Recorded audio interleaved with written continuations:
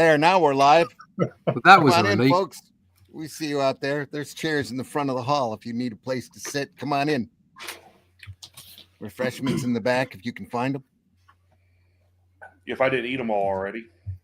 Yeah, I think they're back there. Anyway. Come on in, folks. It's time for Sunday Funnies. Got some Tarzan Oh, to look at. Yeah, I had that. I've got that call. I just haven't trimmed it into a video yet. By the time I do, we'll probably be done with Tarzan. Yeah, looking at something else. Yep, doing my look. Anyway, here we go with the opening. There's that the promo. There's the opening right there.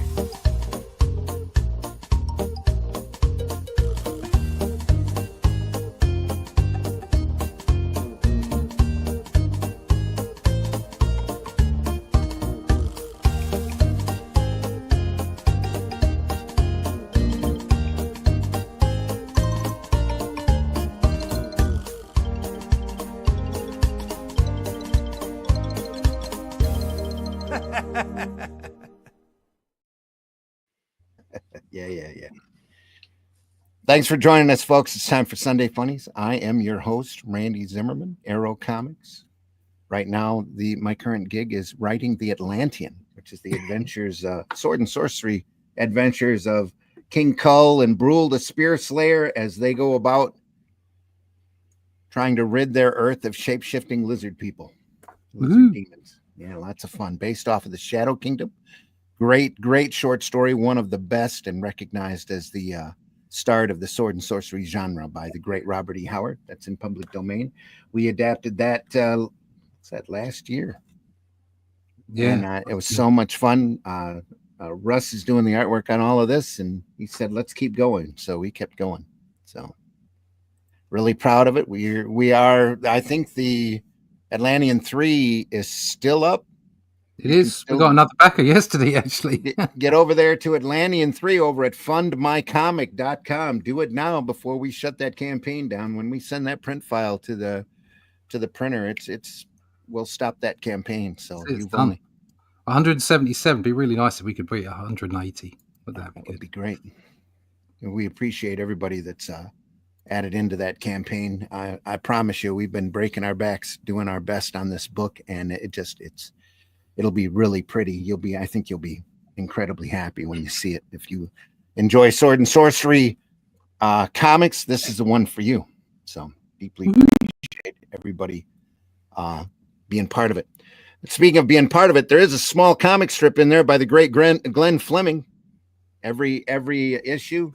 So happy to have that. Glenn, please introduce yourself. Hi everybody, my name's Glenn Fleming. My strip in Russ and Randy's book is Hatch the Barbarian, which is, I'll show this one first, is my character Hatch. You can get this book, which tells about his origins and has lots of unpublished and published work in it. See pencil work, ink in, colouring, the whole thing. You can get that on Fund My Comic if you go to that. Have a look around there. I'm also an author. I have 12 books published, all on Amazon.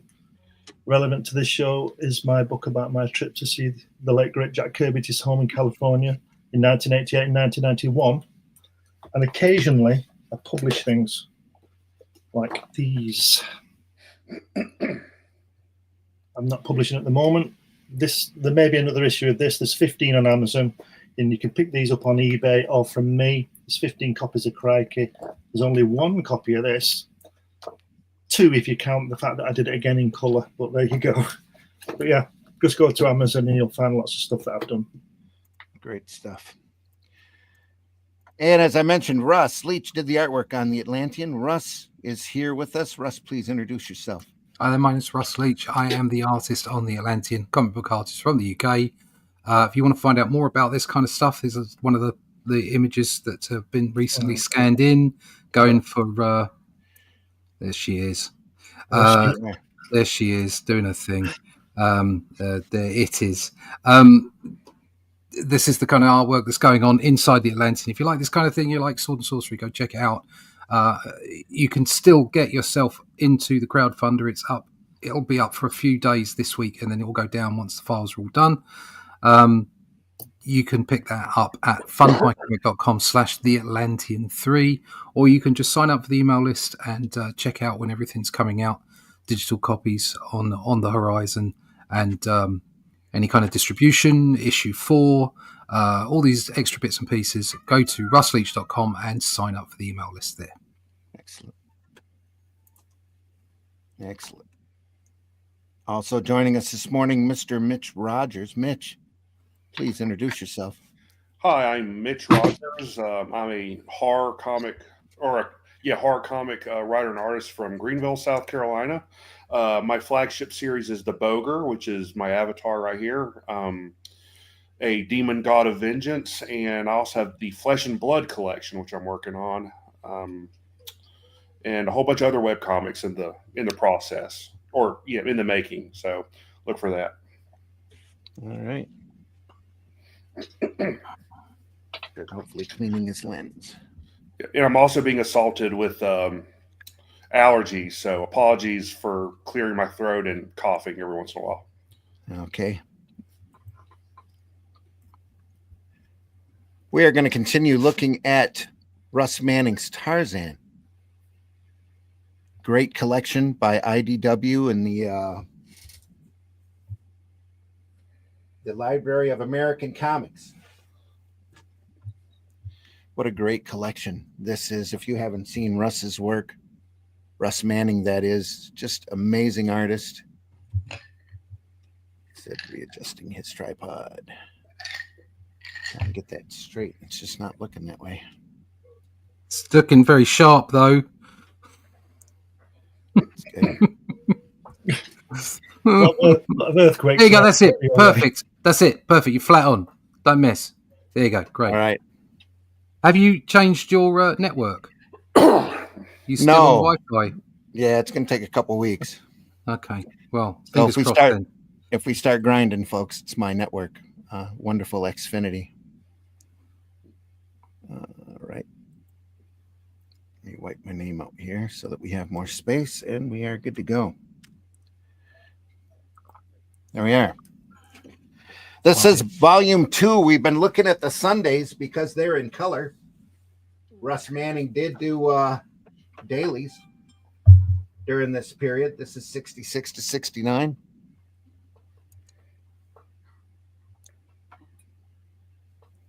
Some incredible work here.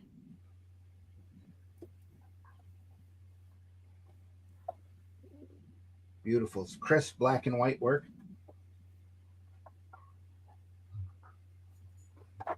Here we are looking at the Sundays. This is actually 69 to 71. Here's where we left off. A little bit of self-portrait work right there, I believe.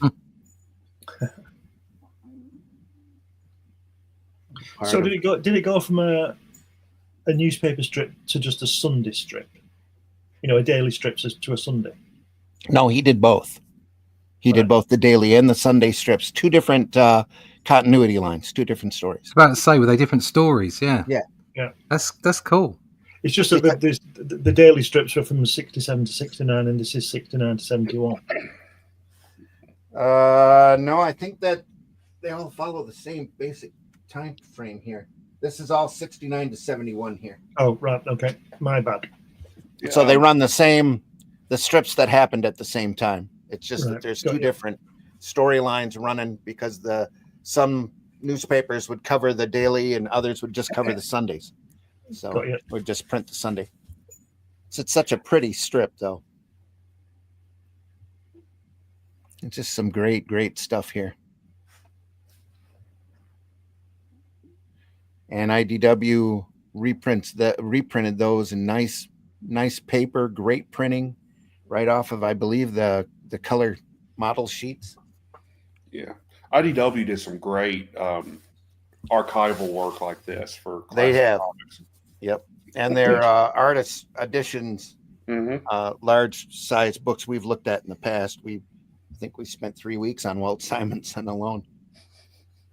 That's so they were early on. Yeah, they were responsible for the Giant, Thor, and Fantastic Four, things like that. Yeah. Is that right? Most all of those oversized books are out of IDW.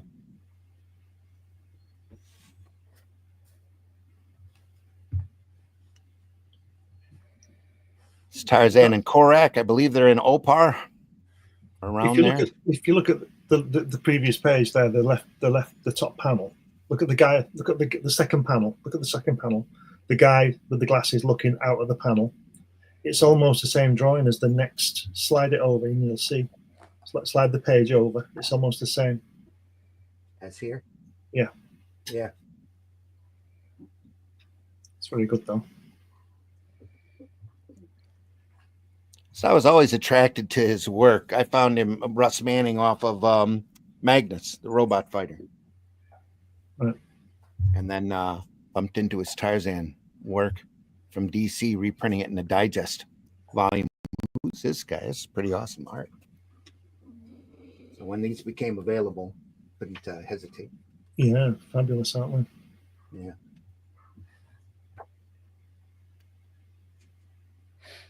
He died quite a while back, didn't he? Was it 1981 he died? 1982? I think so. He wasn't very old. I think he was about 58, wasn't he? Isn't he? Checking right now.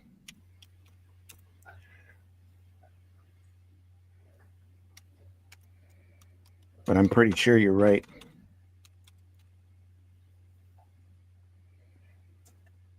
American cartoonist. He passed in 69. No, passed in 81. 81, yeah. And it passed in 69. That's when the work that we're looking at. I'm going to say, yeah. He was drawing from the grave for 2 years where he realized he was dead. Yeah, let me jump over even that. dead, he never missed a deadline. Yeah. Let me share this screen here so that you can see it.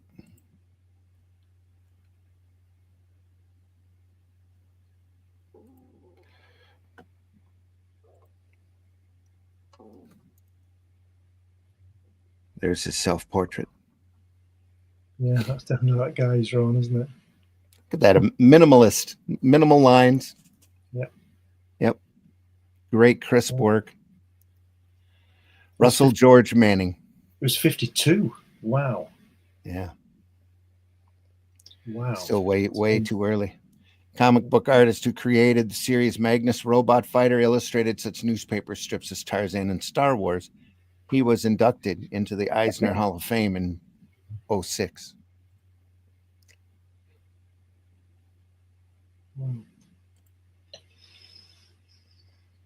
Yep. Did a lot of work on Tarzan for the European market. Probably the majority of his Tarzan work was in comic book work with Gold Key and graphic novels for the European market, where he adapted a number of the Tarzan novels. Did he not work for Marvel? Not that I'm aware of. Drew Gold Key's Tarzan series during this time. He adapted 10 of the first 7. What? That's weird. 7. That's what it says on the Wikipedia page. During this time, he adapted 10 of the first 7 Tarzan novels written by Edgar Rice Burroughs. That must be 17. Oh, 10 of the first 11. Sorry.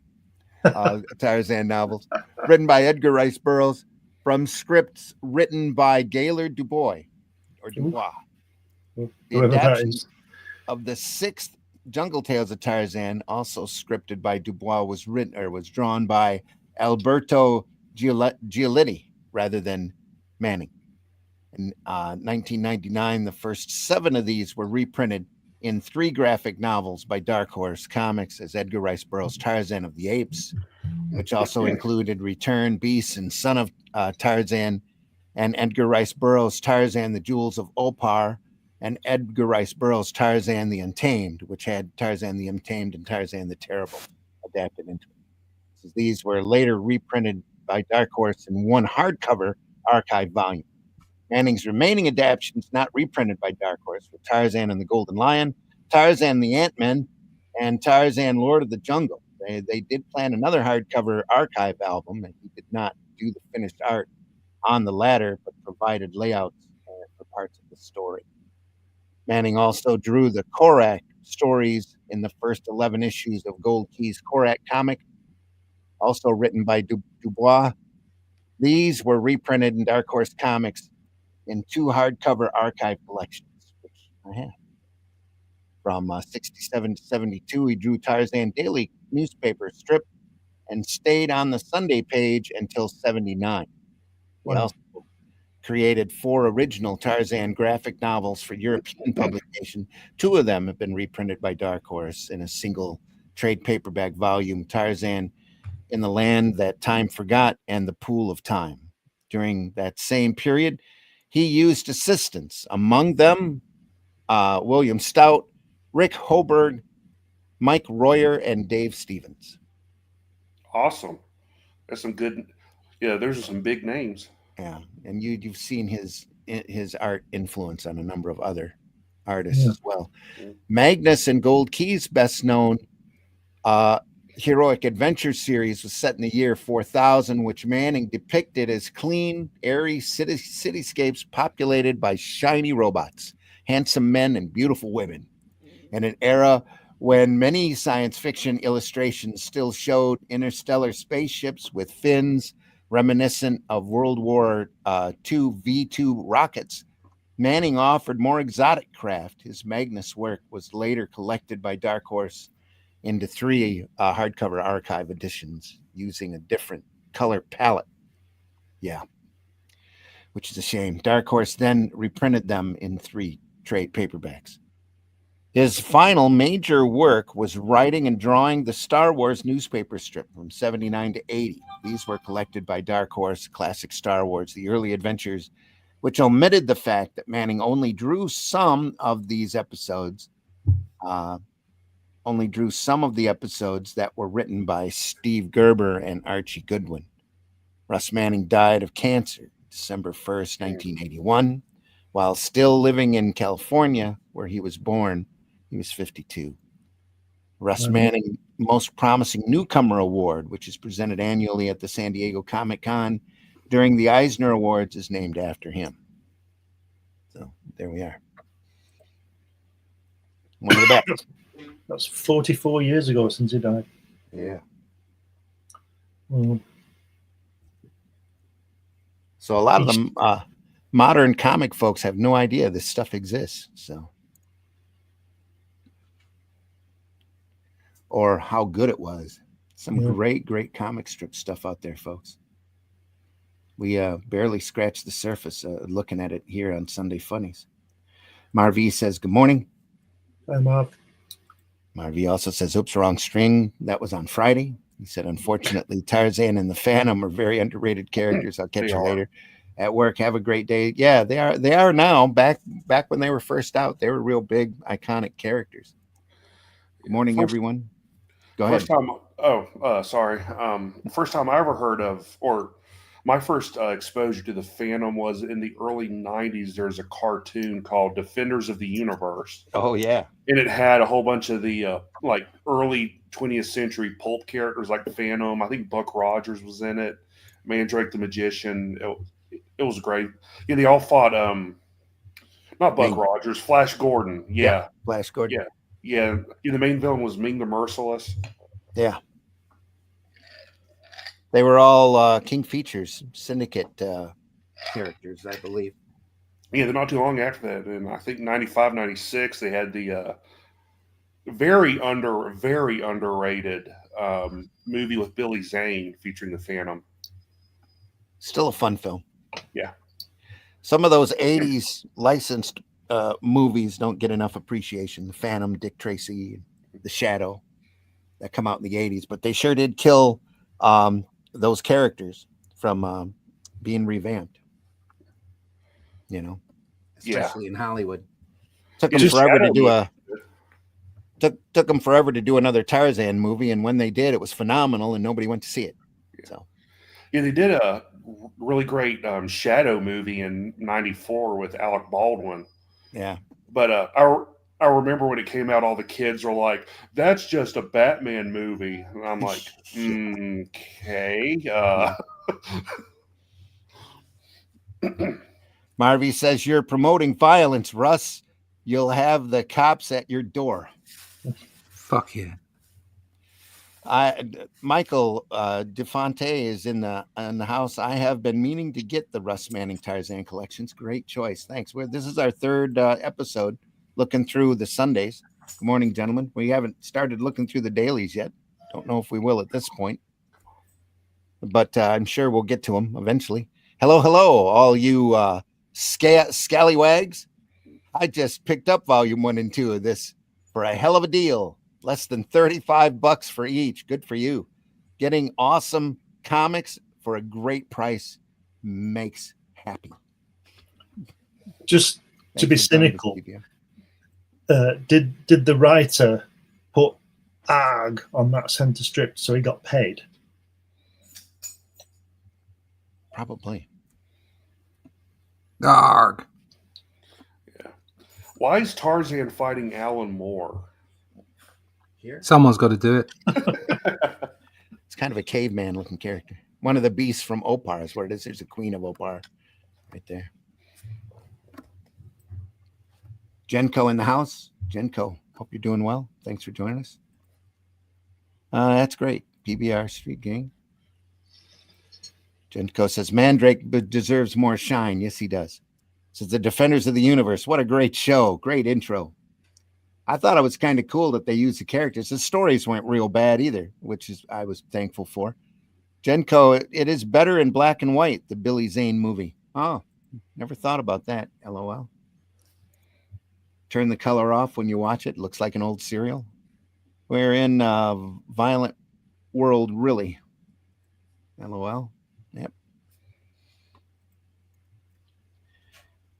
Great stuff. If you haven't written or read the original Burroughs Tarzan books, I can't recommend those highly enough either. Those are some great books. Go ahead. It's okay. Carry on.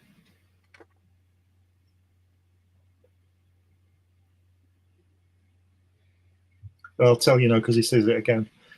Russ, I think that Tarzan is a Scouser because he says, look at that. He says, I would never harm you, La. Is it La her name? Yeah. Yeah. But Scousers, people from Liverpool would say, it's short for lad. Oh, okay. And they say, all right, La. All right, La. So he's saying, I would never harm you, La. So obviously not got his glasses on. Yeah. In that last panel, why is Tarzan looking away? That's a great view from his end. Yeah. That's a great view of her end from his end. Yeah. That's a great view from any end. Yeah. Yeah, but from where he's standing, he could see. Yeah, this is a family show. Yeah. Behave yourself. Nice shot in that last tier, though, in the center. Say the weird thing. Anyway, It's like, what was it last week? In the panel was Tarzan's son. Whoa, is that a woman? Yeah. It's only taken us 23 minutes. Which is 20 minutes longer than it usually does. Get that. That's a lot of bubble tails there. Yeah. Well, maybe one more because they don't know. They can't quite see him. He's way up there. It's Tarzan. Careful. There's something phony about that lock. Oops. Oh. It's a trap door on the rock floor.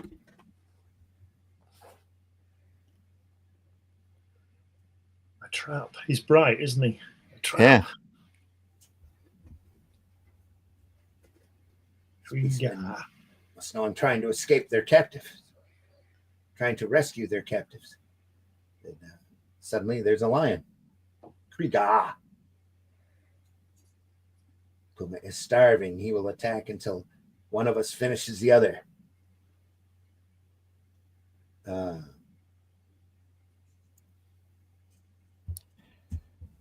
they waited for him to kill the lion before they jumped him. Great for aren't they? Yeah.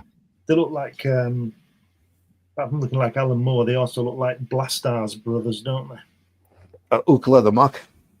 And Yeah. Ulick. Oh, a Blaster. Ulick. Yeah. Wrong. I was wrong property. I was thinking Thunder. Didn't Kirby have something to do with Thunder? Yeah, he did. Well, there you go. That's why then, isn't it? Him and Toth, Ruby Spears just kind of went out and grabbed the best of the comic book world and said, we're going to do this comic. Or this barbarian strip. Let's do this.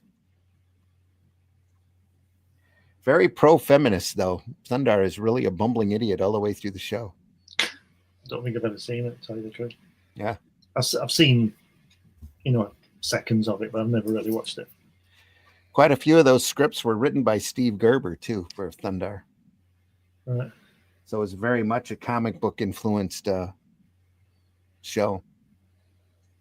That's why everybody loves it so much, I think. Did he do Howard the Duck and then Destroy a Duck with Kirby helping on the artwork? Is that right? Pardon? Steve Gerber, didn't he do Howard the Duck? Yeah, he wrote. Yeah. And then he did Destroy a Duck. Yeah. In protest, and Kirby donated his artwork. So that's right. Yep. Okay.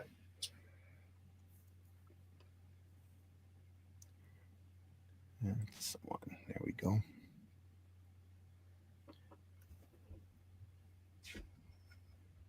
You like that bottom lip? Yeah.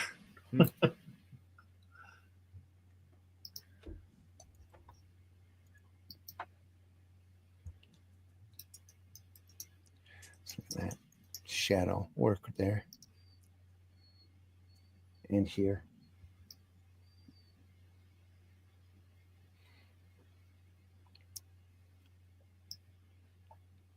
It's a great page. Look at them skulls on the altar.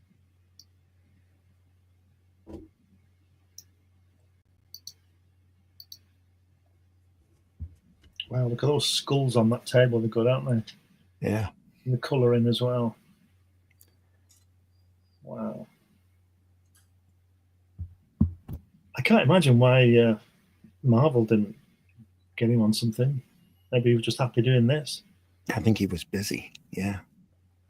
Maybe he didn't like Stan. I don't know. Yeah. It could be too. Hard to say. The business is weird. Unless somebody wrote it down, you can't. You're only going by grapevine stories. So I mean, if you think about it, he's got quite a loose. How can I put it? They've allowed him a loose approach with this, haven't they? yeah. He wouldn't. And if he went for Marvel, there'd be lots of restrictions, I would have thought. And maybe the pay on this was better than doing the comic books. Oh, I'm sure the pay on the comic strips was a lot better. They got paid like they were commercial artists. They were worthwhile, yeah. Yeah. They pulled down quite a chunk of change. That's why everybody wanted comic strips to do newspaper strips back in the day. Yeah. That's what Sky Masters was all about, wasn't it? Yeah. The money was so good. So that's all the pecking order of comics, of people working in comics. The comic strips were the high point there all the way through about the 60s and 70s. You wanted a newspaper strip first because that paid the most. So you tried to get in with the syndicates and get a gig there. And then the adventure strip kind of fizzled out. So they either went to Europe or they went to comics, Marvel and DC, or they went into advertising. Yeah. Eventually video games, TV production. Yeah, Joe Simon went into advertising, didn't he? Yeah.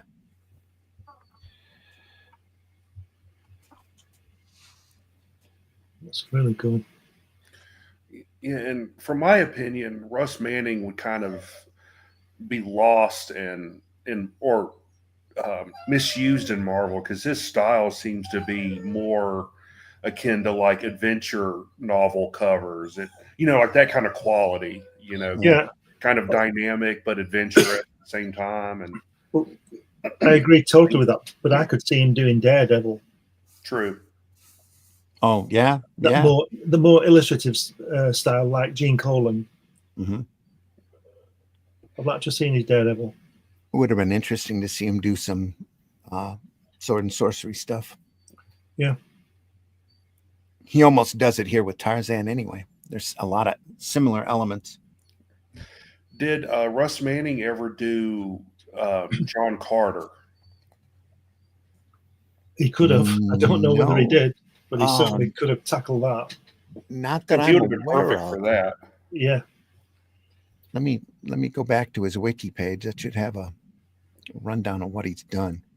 I know I've got his Brothers of the Spear, and I've got his Korak material.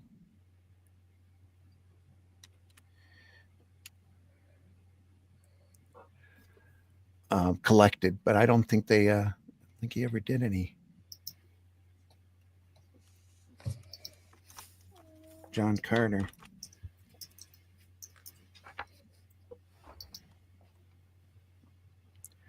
Nope, they don't have a biography of his material here on his page, on his wiki page.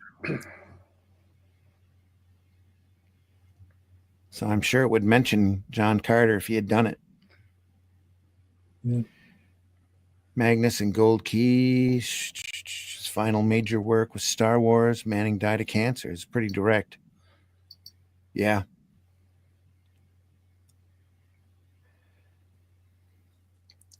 Yep, no mention. I would say he didn't, or if he did, it was very fleeting.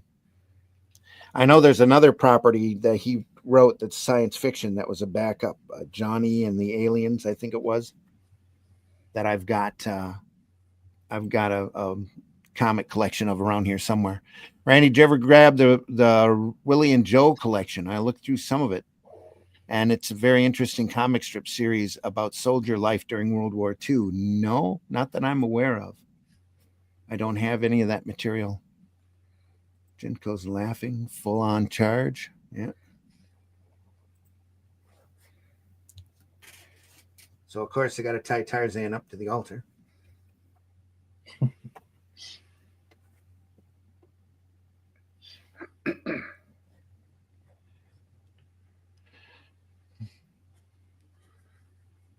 And she lets him go.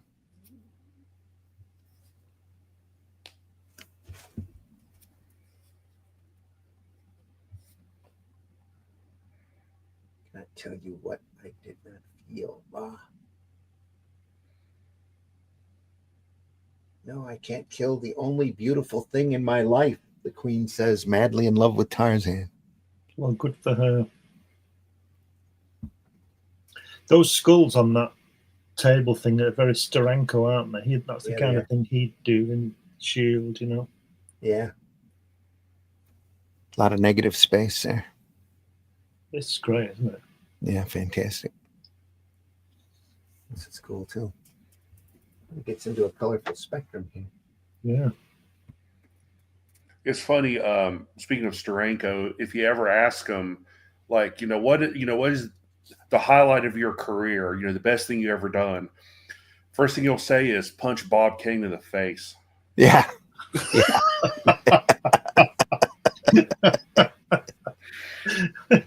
To be fair, he deserved it, but that's okay then. That is very Steranko. Yeah. What did he punch him for? Being Bob Kane. Yeah. Screwing over everyone he's ever worked with. Putting his name on it sounds familiar, doesn't it? Yeah. Well, Bob Kane and Stan Lee were good friends for a while. Until each one decides to put his name on the other. Kind of makes sense. Jenko says, dang. They say birds of a feather. Yeah, pretty much. The more I read about that, the more it just, really disgusts me. Yeah. How wrong everybody was about all of the biographies and stuff. And that book that Charles turned us on to, just crazy. Yeah. I want to get that other Kirby book too, where it talks about Kirby's intentions, when he was writing all that stuff. I stopped reading it into the first few pages because it needs you need your essentials next to you. Do you? Cool. Yeah, really, because he really goes into detail about which panel and stuff. So you really need to see it. Oh, I'm gonna have to buy that book now. But so far I've only about 10 pages, and it's like, oh, this is a bomb, But get your essentials ready. I'm going to shut myself off for a couple of hours and get into it at some point. Maybe we should do that next year around Kirby's birthday, is go through and dissect that book. We could do. Because I've got all the essentials that has all that stuff in it. Yeah, I've got them. Yeah, we could do that. Yeah. Give us a year to prepare. Yeah, because that kind of information nobody knows and needs to get out there, unless they picked up his book. Maybe you try and get the guy on. They help him sell his book. Heck yeah, that might be a good thing. It'd make for a good couple of recorded episodes, that's for sure. Yeah. Have him on and interview him and go through everything. That would be crazy. Crazy good.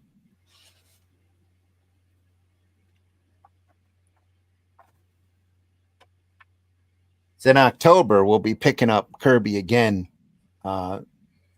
picking up that monster bus where we left off last year. Right. Good. With all of the Kirby monster stories in it. That's an odd shadow. Yeah. That's a DC comic did book shadow. Yeah. DC did a collection of Kirby's the demon work I need to get. Mm-hmm. Yeah. I need to look at that too.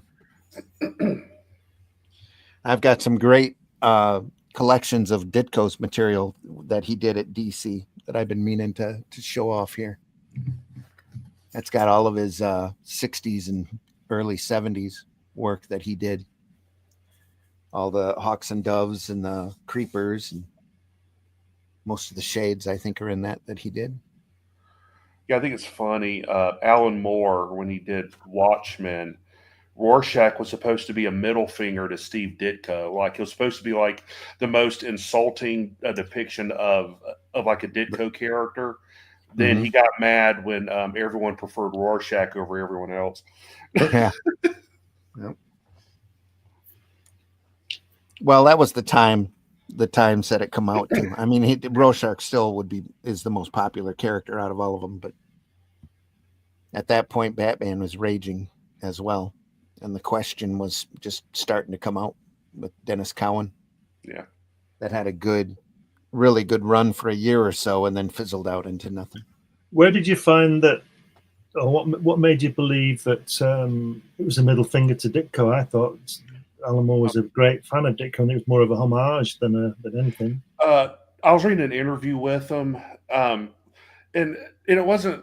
It was more of an insult to Ditko's politics, like his viewpoint, than anything else.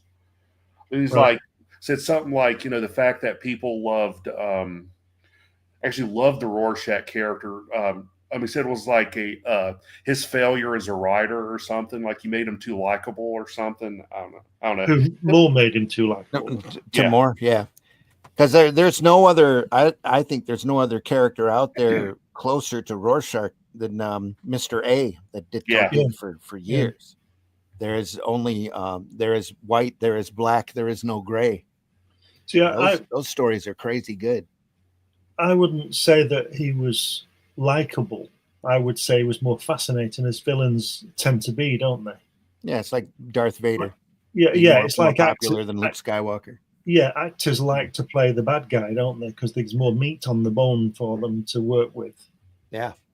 Rorschach isn't necessarily a villain as much as he's just a crazy superhero. Like, he's more or less like the Punisher on a budget, more or less. He goes for just slaughtering the bad guy more so than he is like any actual right and wrong. He didn't have any morals, did he? If you did wrong, you did wrong. It wasn't a question of you killed this person because your dad used to beat you up when you were 4.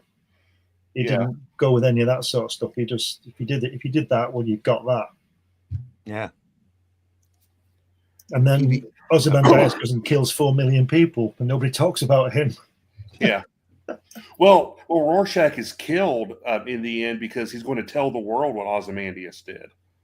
Oh yeah, I know about that. But I'm just saying that as fans, nobody. Oh yeah. Because he's a pretty boy and he's handsome and he's very rich and all that. And it's like I'm trying to think of an example. If you think of, say, something like General Eisenhower, who was in charge of the D-Day landings, ordering all those men, right? But the more fascinating one is somebody like Ronald Spears, who's supposed to have shot those prisoners, because it's more personal, isn't it? That somebody, Eisenhower ordered 100,000 men to hit that beach. There's no individuals there. They're just a mass of soldiers. But Spears walked down the road allegedly and shot 10 men. It's more personal. Do you understand what I mean? Mm-hmm. Bottom line is that Moore talks some shit. Yeah. It's like he's a great writer, but I don't want to take any lessons from him on cultural identities and political opinions. He can go stuff it. That's one of the big problems with these modern comics is with the social media is it makes it more difficult to separate a creator's politics from his work. It was easy back then, yeah. Oh yeah, you just need to. Who cares what they, Al Cap's a great example. Al Cap was the biggest chauvinistic conservative bigot that you could ever imagine, but Little Abner was huge in the papers. But I mean, with Moore, it's like I'm just saying. I think he talks a lot of shit. Okay, but he's perfectly acceptable for him to. It's like it's his right to talk a load of shit. Yeah. Okay, and in all fairness to him, he kind of says it when he's in an interview, or he says it when he's asked. Do you know what I mean? If he's asked his opinion, he gives it, and that's great. Right. That's absolutely fine. What he doesn't do is go around online evangelizing that what he says is right in every form whatsoever, and you should listen to it. And if you don't, you're a Nazi. That's what he doesn't do. Okay, so I've still got a lot of time for Alan Moore. I've got a lot of time for his creative output. Totally. I just don't agree with him. Right. And that's cool. That's great. But you're right. Social media has created. I mean, there's a whole bunch of people in comics who think for some reason they're as big as Hollywood actors or something. It's like it's comics. Yeah. It's just like get stuffed. Don't be an idiot. If you also think about it, Rorschach is like Alan Moore. He's got his opinion. He stands by it and falls by it. Yeah, fair enough. Yeah. Well, I think there's a big part of all of those characters that are in Alan Moore. It's that's the same with any writer, isn't it? It's like any writer does that. Very much so. You read my books; it's all about me. Yeah, it's all part of art. Yeah, that's the point. Yeah. That is the point. It is difficult, I will say, to write something and not put a little bit of yourself in there. I get that. But that's the whole point, is it not? It's about communication. But a great writer will leave it open-ended enough that whoever reads it can formulate their own opinions. Absolutely. Yep. Yeah, and that's the problem with a lot of like today's comics, especially in the mainstream, is they're taking these established characters like Tom King does with Batman, which I can't stand him on Batman. He makes himself Batman. Like a lot of his personal stuff happens to Batman, but the way Batman reacts to it's the way that Tom King would, not Batman. It's just I think that's wrong.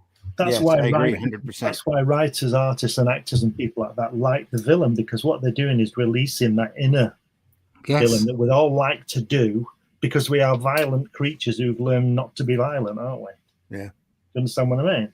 So you get to be, doing stuff, whereas the hero guy is the handsome dude, and he's supposed to, everybody loves him or her, but the villain is the more fascinating one. You want to know how they tick. PBR says a couple pages back, so it's not sure the page numbers, but the rainbow colors on those 2 pages are incredible. Total eye candy. Bonkers, isn't it? Yeah. It's back when you had a very set palette too, so you wanted. It's quite an achievement. It's quite an achievement, isn't it, to get that? Yep. Wow, those Sunday funnies as much as possible. Make all of the newspaper. That looks almost painted. That doesn't look like it's separated. Yeah. That looks painted, because that's not flat colors.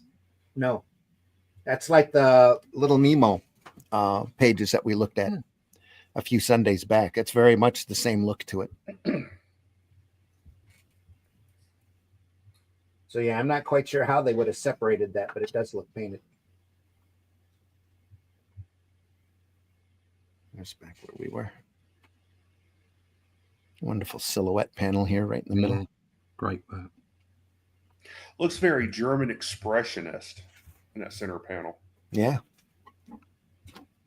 Was the times. It looks like a shot that you see in like Cabinet of Dr. Caligari or something. Mm-hmm.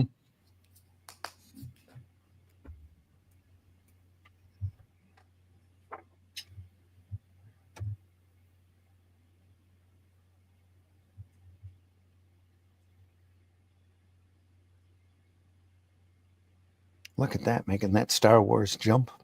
Yahoo! She doesn't turn out to be his sister, though. That's all right then. I'd rather kiss a Wookiee. I can arrange that. Yeah.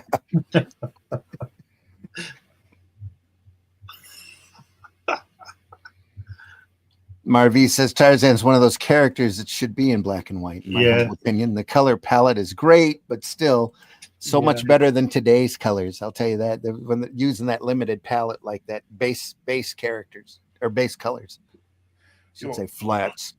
Yeah. Artists really can stretch their abilities with a limited anything, palette, technique. That's where to me, that's really where the true artistic side comes out, because you're having to make something out of very little, or something great out of very little.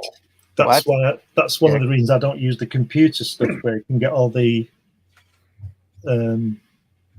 backgrounds and stuff that you need. Just press a button and there it is. I'd rather try and create it. Yeah. That's one of the fascinating things to me about going from comic strips to comic books to daily strips to Sunday strips, is that you have, when you're working for the newspapers, you have a set format that you have to deal with. You have to have your title page. You have to have the panel that's expendable if they want to print it in another, in another form. The Sundays especially have to be a very particular way in order to cater to all of the papers that are printing it. And then in comics, you have this wide openness, depending upon what format that you're being printed in, how much space you have to use and run through. It's just adds to the art form to me. Yeah, one of the best things about comics is that everything's always in focus. Yeah. Is that an insult on my camera again? No, that was a serious comment. It's okay. No. But yeah, you get these nice crisp lines like Manning has. It's just beautiful stuff. Just can't go wrong. I like even when you get a little exaggerated. Even look at that face. That's just great. I like the red on the second panel on the back of her hair. Yeah, I know hair is red, but at the top that's that light knocking it out. That's really great. And I also like that. So it's like a spotlight on the first panel where they jump in across. There's like a spotlight on them, isn't there? Yeah. That's great. Yep. I think whoever coloured this knew about colour and didn't just whack it on. They knew what they were doing. I'm not sure if he colored these himself or if he had a outside colorist that was working with him at that point. I'm not sure about that. It wouldn't surprise me either way, but you're right. Whoever's doing it's doing an expert job.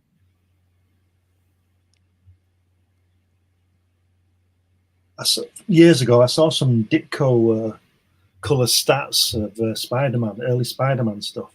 Mm-hmm. There were photo stats or whatever they did then on the pages. There were color markups, and there was some Steranko stuff. As Steranko used to do the same, didn't he? He would color it and put it into Marie Severin to sort out. Yeah, but he had a color input as well, whereas Kirby was just sort of throwing pencils at everybody. Yeah. Not that he couldn't have done it. Yeah. Michael says, looks like a very high quality job IDW did on the book. It's quite beautiful. Yeah, they're top notch. Look at that. Look at that top right. Yo, Kerchak, and it translates to Tarzan is Kerchak's friend. Yo, yo, bro. And he answers with "Roar." Yeah, like, fuck off. Oh, he's not his friend. Oh no. It's a Magani. Oh, you're not happy with him. It looks like he mistook another ape for Kerchak. Yeah. Yeah. Great apes, come to Tarzan. Yeah.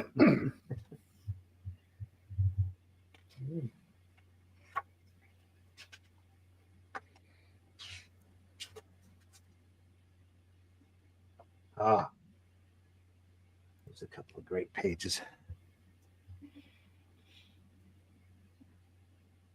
How long do you think he spent on that last panel? Probably most of the day. Yeah. And you see how that's split up. That's made to go.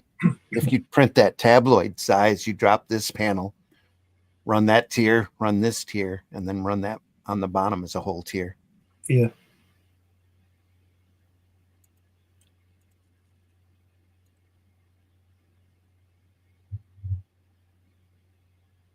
Look at that. It's great, isn't it? Really good.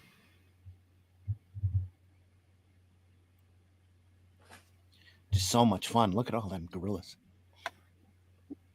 running in there at the bottom. That bottom panel alone is just really impressive to me. Yeah. Just enough background to let you know where you're at, not to get in the way. It's could have gone in and over detailed that to no end, but he knew, you put in just what you need to put in. Yeah.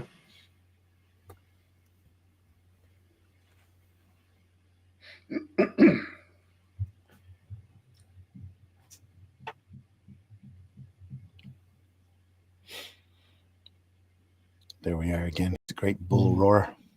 Killed them all. Yeah. Calibac will be coming after them soon.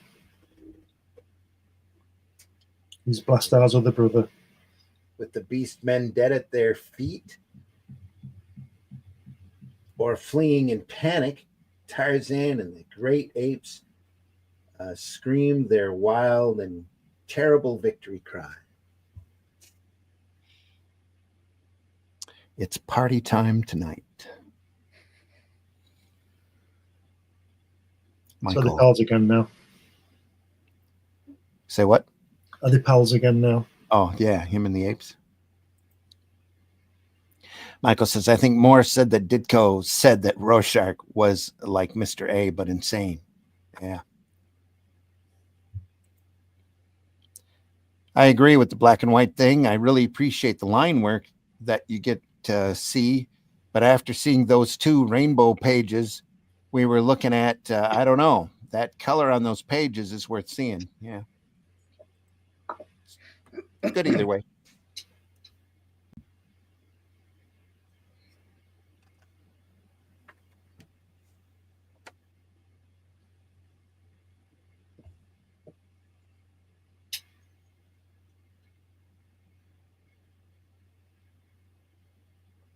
Now, this one looks like he was kind of taking a break. Nice little waterfall work in here. No, Yeah, it doesn't look not a the waterfall. same, does it? It looks a little different, doesn't it? It's around the corner. It's a little lighter in detail than the last couple of them. Yeah. So, but there's more story to cover, I would imagine, as well. So there's a lot of a lot of lettering, a lot of explaining going on. It's more of an exhibition or exposition page. Yes. Michael says, I almost forgot. I learned Fantagraphics is publishing reprints of Corto Maltese. The first book is to come out in January, and a reprint of the Ethernaut is out in November. That's great. Right. Or Eternaut, I should say. Yeah. Yeah, watch out for that. Yeah, I'll look forward to it. I'll get a copy of that. That's for sure. The Corto Maltese stuff is amazing as well. We've looked through a couple of issues of that. Who kicked that out? I think IDW was printing that, weren't they? I think it was them. One of them were reprinting. I don't know if they went through the library or not. That might be why Fantagraphics is picking it up. So they couldn't get to all of it.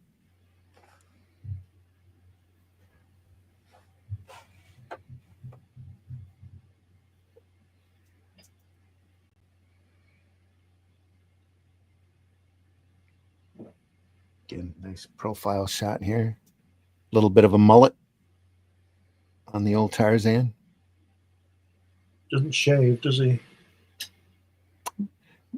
Never showed him with any kind of facial hair that I remember. Or body hair. Yeah, or body hair. It's like just the way he was born to it, I guess. He has alopecia in the right spots. Yeah.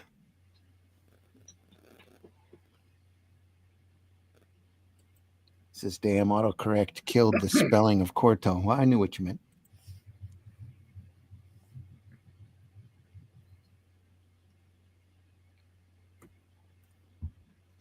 No sweat. I get those autocorrect problems all the time.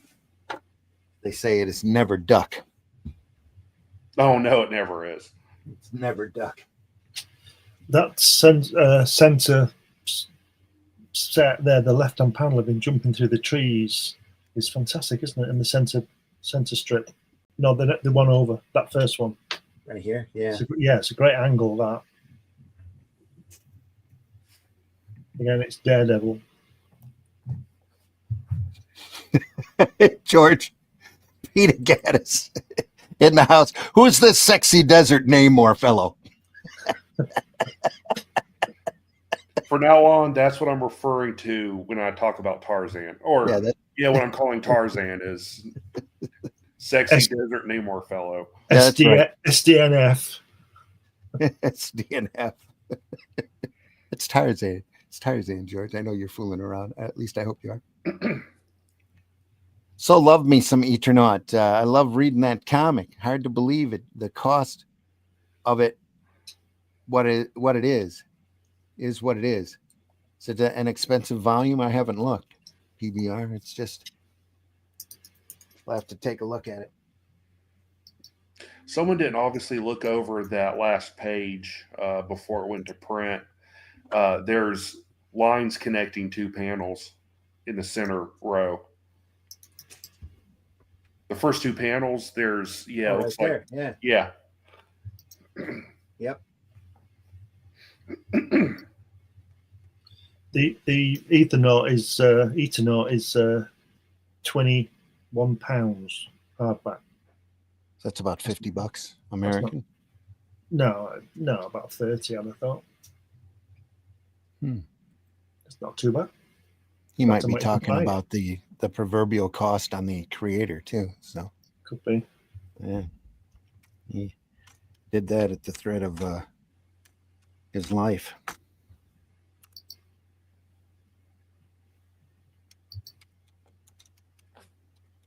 And that's in Spanish if you want to read it.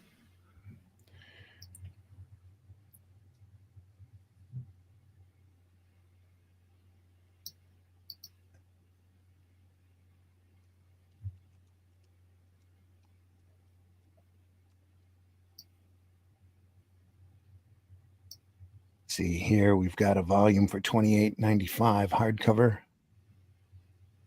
Free delivery, still in print. When did it come out?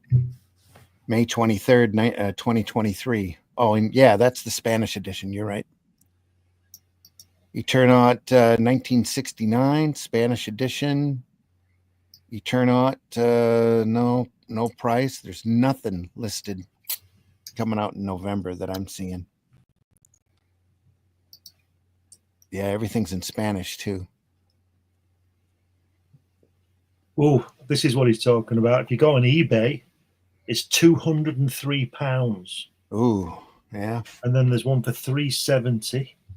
That's what he's talking about. Is that English version or Spanish still? I'm just trying to find. I think it's English. It doesn't say. I can't see where it says. BBR says, no, the price of it in hardback is almost $300. Yeah, Good we grief. we just found that. Yeah, which is down from 500. That must be the one on eBay. If yeah, Fantagraphics is planning on reprinting it, it's not going to be that expensive, I don't think, unless it's hardbound with a slip cover and gold encrusted, yeah. gold plated.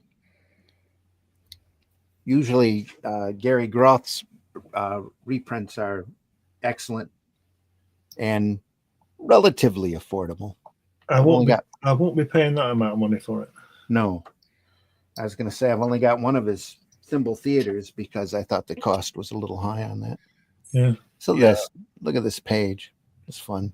Yeah, I'm having to stockpile ramen noodles and Campbell's soup. You think I could afford that? Hell no. Yeah.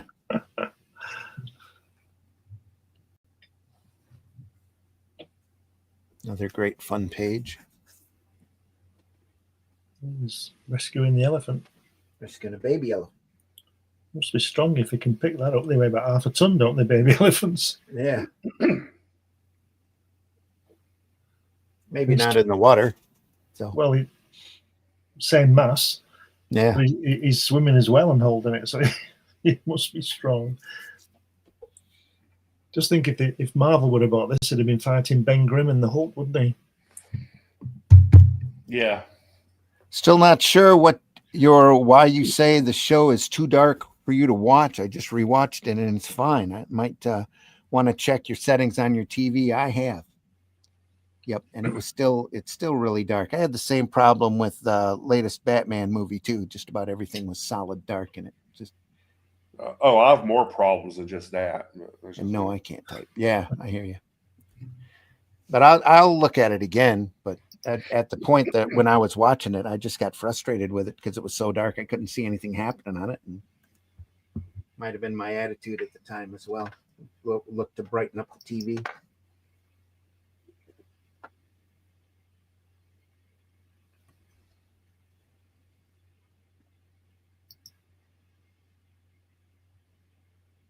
Yep, she's hanging on to him by her trunk or his trunk.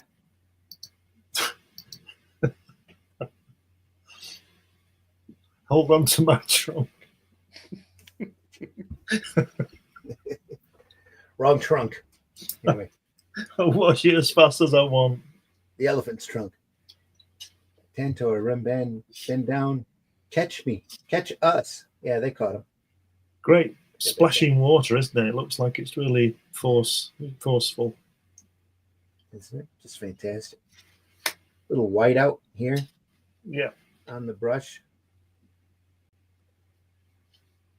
Little dry brush work there.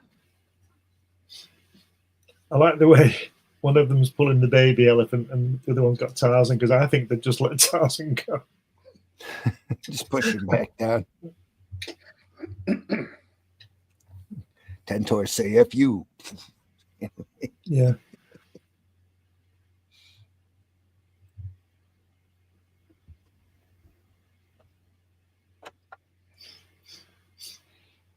Meanwhile, back with Jane. Tarzan walking up. Yep. Oh, that's her living her experience. First time she met Tarzan.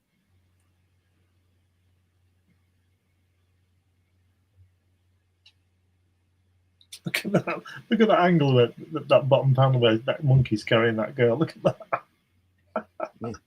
Yeah.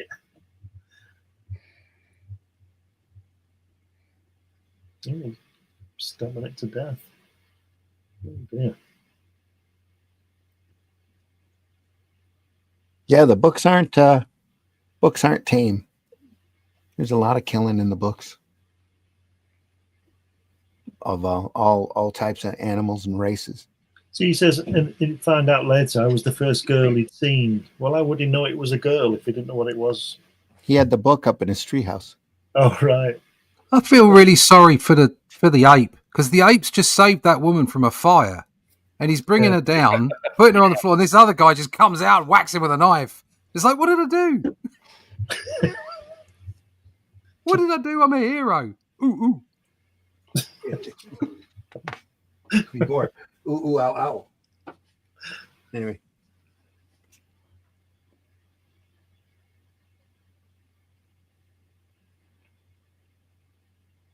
After being rescued by the elephant, Jane's telling her story.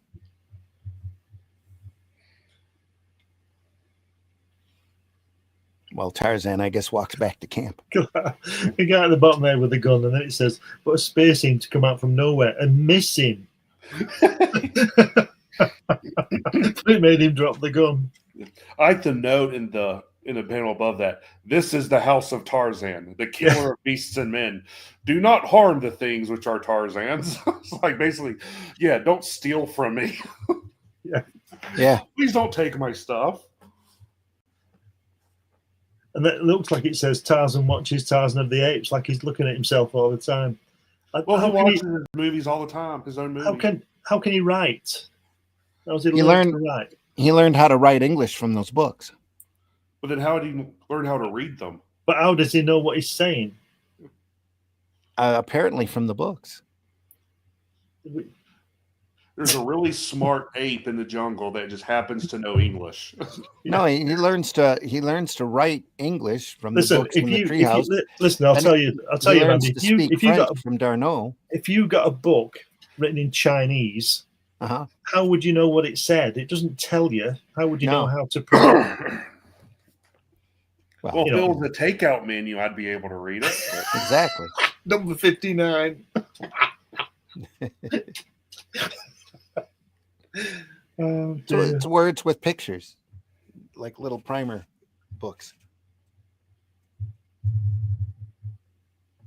I could tell you a story about a Chinese restaurant, but I'll tell you off air.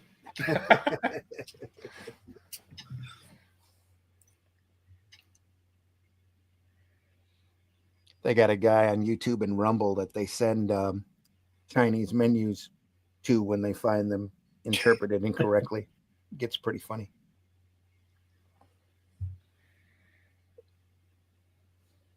If you want to know about pronunciation going wrong, you should. Did you watch that Nigerian guy reading the football results? Did you see that? I think you sent videos. Yeah, you got to watch it. It's so funny. It's just so funny. Drawing moving water, the comic book artist only weakness. Oh, there's plenty of them, Marvy. That and fire. Everybody's got their own problems. Yeah.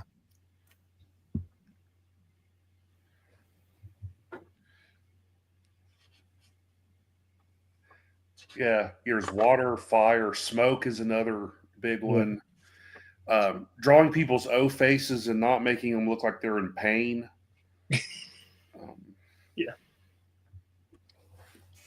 Hands and feet in general tend to be a problem for young artists or for artists in general. That's why you see a lot of these characters in tall grass. That's what Bill Loeb's always used to do with Journey. They'd always be walking through tall grass. Yeah, Mike Mignola in Hellboy, it's always a misty, foggy cemetery, so he doesn't have to draw the feet. Yeah.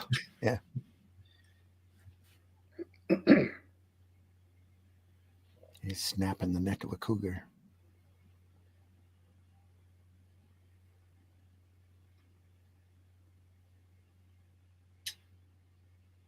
This is right out of the book here, Tarzan of the Apes.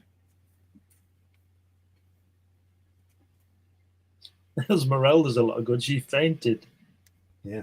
Wow.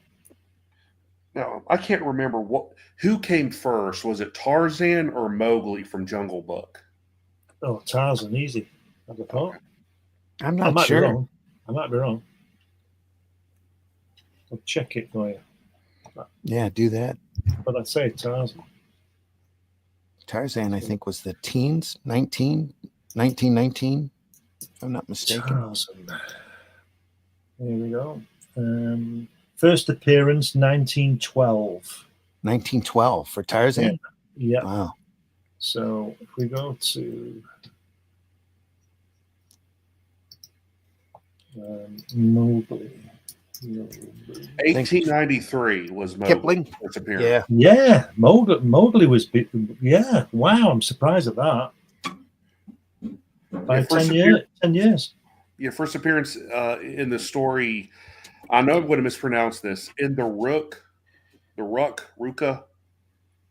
something. I don't know.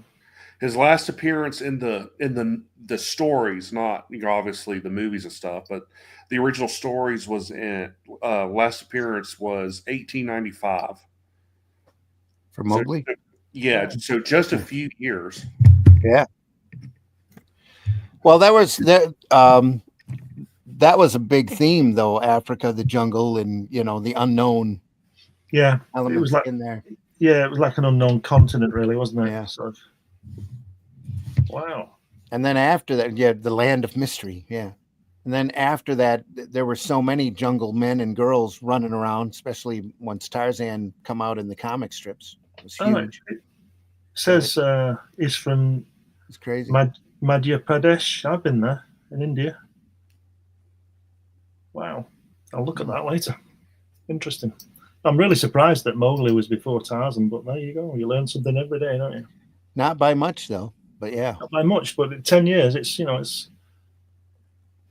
interesting. I'll check that out later. That's interesting. Long enough for Burroughs to be aware of it. Yeah. So, yeah. Fantastic. But, in the books, there's just so much more. It's really like I keep saying, like an adult soap opera in the books. The first 4 or 5 novels especially are so interconnected. The third book they did was just a collection of short stories of him in his youth, but there is a storyline in there. I mean, a timeline that his stuff fits into. Yeah.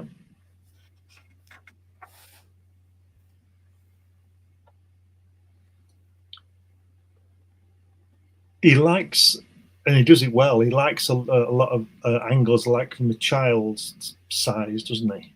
Some of these panels, something about 6 or 7. The height. You understand what I mean? Where they're looking up. Yeah, well, that's Tarzan though. He's up climbing through the trees, so you're doing more of a worm's eye view on that angle, just to give it that sense that it's in the air. Yeah, I was thinking more that first panel, the very first panel, where you're sort of looking yeah. up. He does a lot of that. It's really good. Could almost be in a crib. Yeah, it gives it a really nice atmosphere to it. Mm-hmm. Unusual. Not many artists do that in comics from that angle. Plus, you get to see all the chain there, or the more important parts, at least. Yeah. It's like here. Oh, look at those.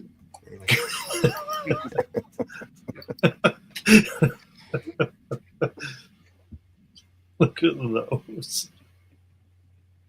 Then look at this. This is a great page here. Wow. One large panel, just like what Hal Foster would do in Prince Valiant.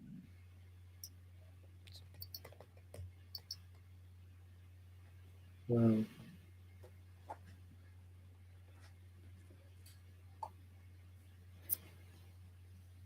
So I keep looking for the early Valiant books. My first Prince Valiant's number 3. It's good stuff, but it's not, at the beginning. I'd like to show that strip off from the start.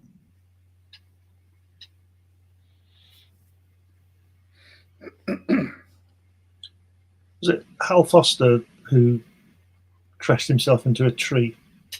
Was that Hal Foster? No, you're thinking Alex Raymond. Oh yeah, that's it. Yeah, Raymond ended up dying by hitting a tree with his car. car. Didn't his friend say he was always doing something that he thought he might be trying to kill himself, and then he finally did? Is that right? A lot of these guys are troubled. Yeah. Heavy alcohol abuse, or wasn't his wife leaving him and all kinds of stuff that going too. on? Yeah. Yeah, it doesn't help, does it? It's not it's not conducive, good for your health or your home life, working, on a deadline schedule like what you would be doing for a daily and Sunday strip. So you're probably up in your studio most of the time. Yeah. So, sitting behind a board. Yeah. Especially these guys that were around in the 50s who, the comics code, they all of a sudden lost their jobs overnight. And, not only the stress from what you were talking about with deadlines and stuff, but also distressed from not having income. Mm-hmm. Well, Gene Colan said that he was asked if there was anything he would change, and he said, "Yeah, I'd do less work and spend more time with my family." Yep.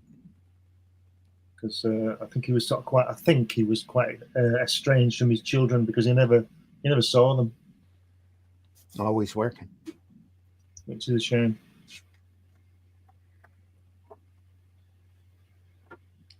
Wow, look at that. That's Wow. That's right. That's fantastic, isn't it? Yeah, love that. Yeah, it's great. Doesn't quite look like his material though. He might have somebody inking over him here.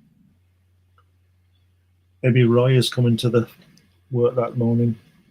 He might, or either that or he was tight on deadlines. The next page looks a lot more like his work. This looks a little stiff here. Yeah. Oh. And the ink work also, like the line work's different. Yeah. Yeah, I might just penciled that out or laid it out somewhere.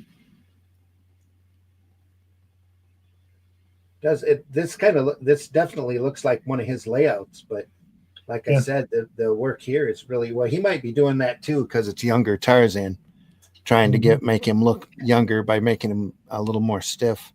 Yeah. He's back here. Wow. All right.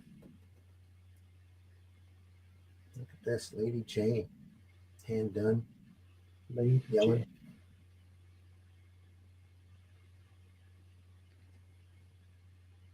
It's back to the current. Look at that. Look at that. How selfish is that? Center section, last panel. Someone's hurt. Oh no. Now we'll never hear the end of the story. Yeah. Never, not, oh, quick, get some bandages, Right.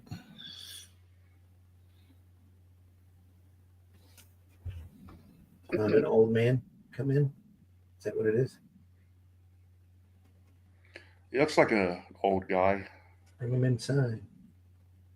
It's his son. Must have gone through a time warp. Mother, it's me, Korak, your son. Oh boy, he must have.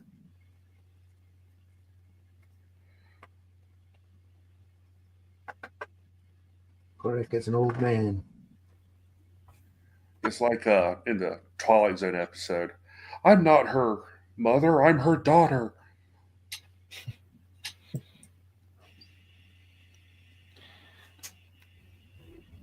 Again, that looks different from his ink work. Still, it's good. I mean, it's great looking stuff, but it's not. That doesn't make sense. Sorry. As thick as what he normally inks in. It doesn't make sense. It doesn't make sense. Look at the center strip again on what she's saying. She says, "You're lying. My son is 16, not an old." Is it ... I can't see it clearly. She does not finish what she's saying. The first bubble, very first one. Yeah, there's a couple dots there. Right, an ellipsis. Right, got it. I couldn't see it clearly. I thought it was just missed the word out. Yeah, from a distance, it looks like a dash. Right. Don't call me mother. I don't know who you are or what you want, but you couldn't be my son. You must believe me. I haven't much time left. Bend close. Let me whisper. Oh, my boy. Drag that out of him. What'd you do to my boy to drag that out of him? I'm Korak, mother. Where's Tarzan? I need him. I don't understand this. It can't be true.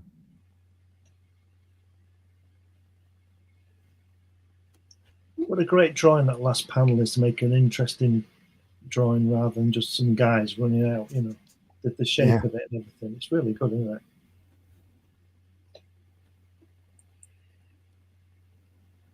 Cannot return until he is found. And they went and found him.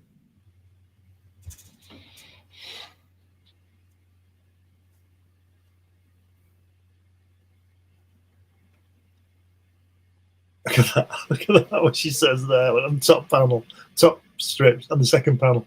She says, he couldn't have aged that much. His whole life in a few short days. And the black lady says, Africa has seen stranger things. What could be stranger than that?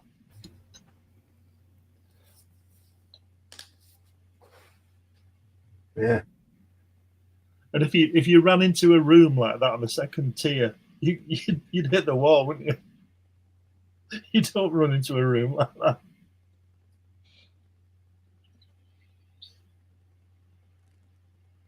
Marv says, I have a colon interview from Daredevil 2003 special edition DVD. I have to rewatch it. Jinko says, I need to grab some check for some Tarzan at the comic book shop. Is that Frank Fair? Make sure, Jenko, when you go to take a look, you open up the comic and see who the artist is on the inside, because there's been a lot of people do Tarzan over the years, and there are a couple of them that I think are just absolutely terrible. So, but a lot of them, the majority of them, are incredible. So go through and take a look before you buy. It's the whole, and I have to go back and relook at the artwork because I haven't really looked at his stuff in a while. Ed Marsh, I think the guy's name is, who came in, did a lot of the comic book work, did the strip for a little while. His stuff just doesn't agree with me at all. And just real, I think it looks really bad. But I'll have to go back and take a look at him again. So I used to hate Frank Robbins' work too, and now I love it. It's fantastic stuff. He's riding the elephant through the jungle.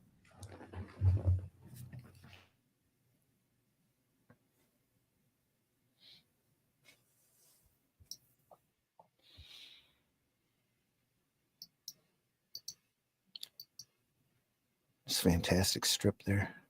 That's the little cave arch that Foster's used that in a couple of times. It's also similar to that Indiana Jones one, isn't it? Where he does the leap of faith and just puts his foot forward. Surprised he took an elephant over it. Well, you see. Look at that! Look at the bottom left panel there. The silhouette. It really works, doesn't it? With the in the undergrowth. They're really clever. That. Yeah, it sure does. Fantastic. And those on the last panel, those clouds with it, that smoke really looks like it's swirling, doesn't it? Mm-hmm. Wow. Really nice. Getting a little bit of extra tone in here on the smoke. Yeah. More smoke here.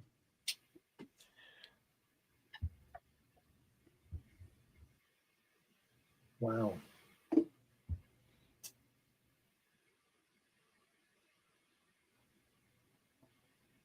Swirling fog. Yeah, it's great, isn't it?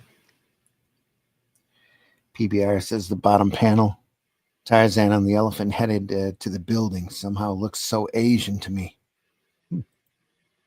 Yeah. I was going to say that's kind of that's kind of an iconic Tarzan composition to me. I'm just going in and with the ancient city in the background.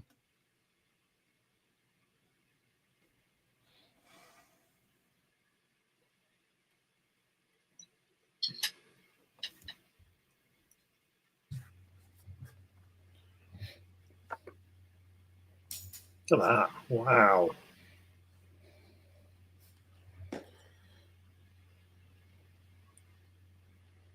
That's a little work there.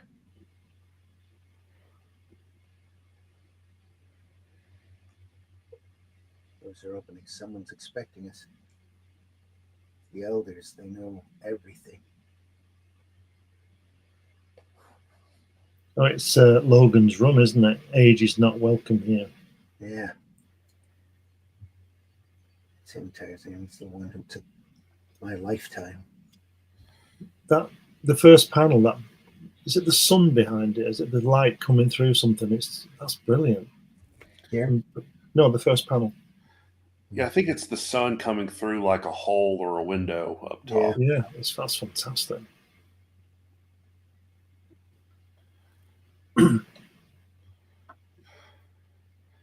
Wow.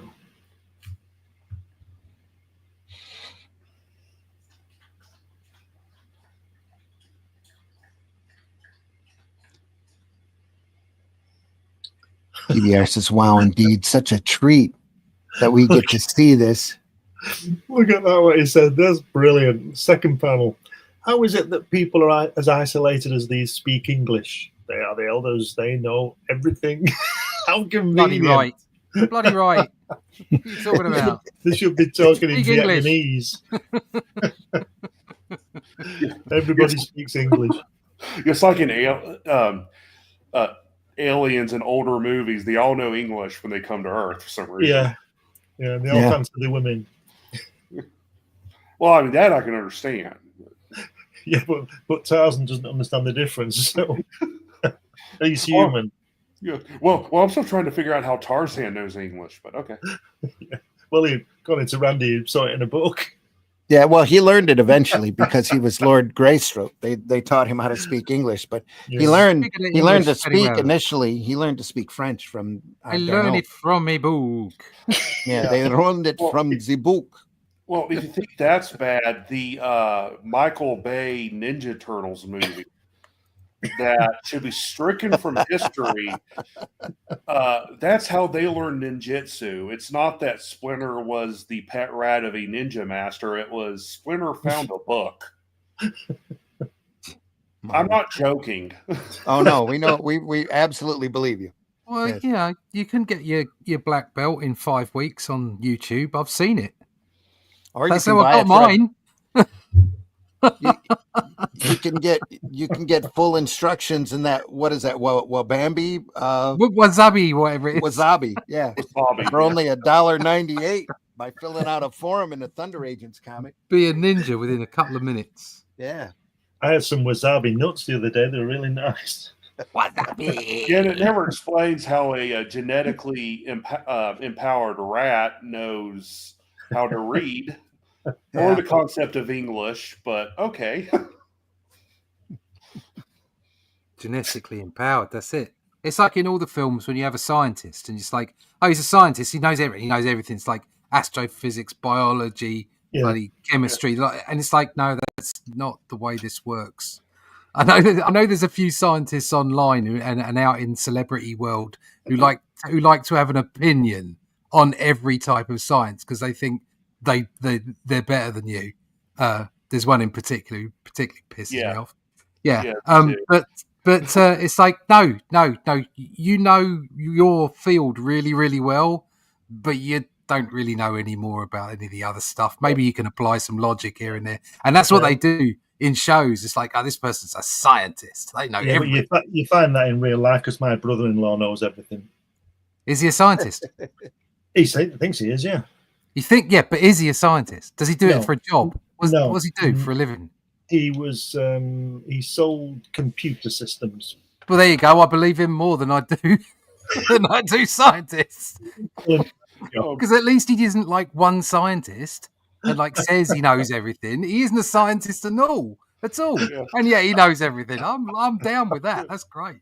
Yeah. Speaking of older sci-fi movies and scientists, I think it's funny, and now as an adult, as a kid I didn't really think about it that much, but every like sci-fi movie from the 50s and 60s, there's always that one scientist that they turn to for to like fight the aliens or fight the monster or something, and they're always German.